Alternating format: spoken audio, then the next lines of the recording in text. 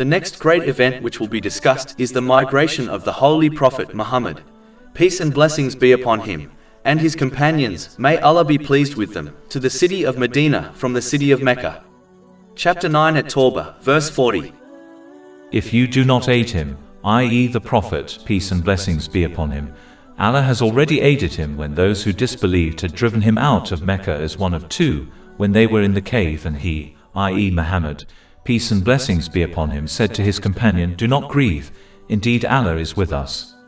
And Allah sent down his tranquility upon him and supported him with soldiers, i.e. angels you did not see. It is important for Muslims to understand that Allah, the Exalted, does not demand Muslims to overcome the difficulties which the Holy Prophet Muhammad, peace and blessings be upon him, and his companions, may Allah be pleased with them, endured.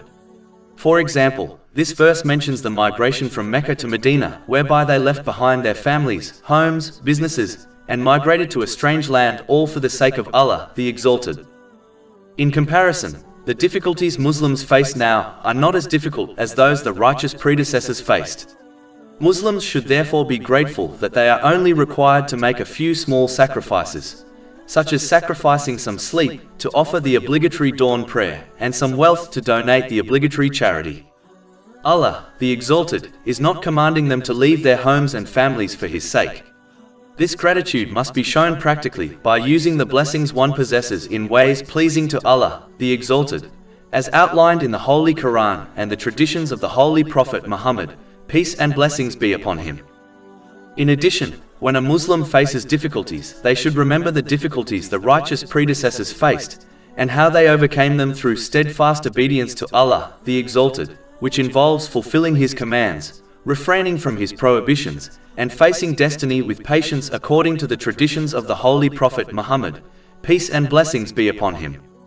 This reminder can provide a Muslim the strength to overcome their difficulties, as they know the righteous predecessors were more beloved to Allah, the Exalted, yet they endured more severe difficulties with patience.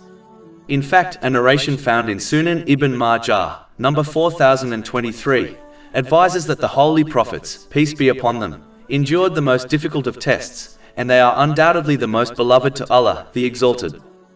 If a Muslim follows the steadfast attitude of the righteous predecessors, it is hoped they will end up with them in the hereafter.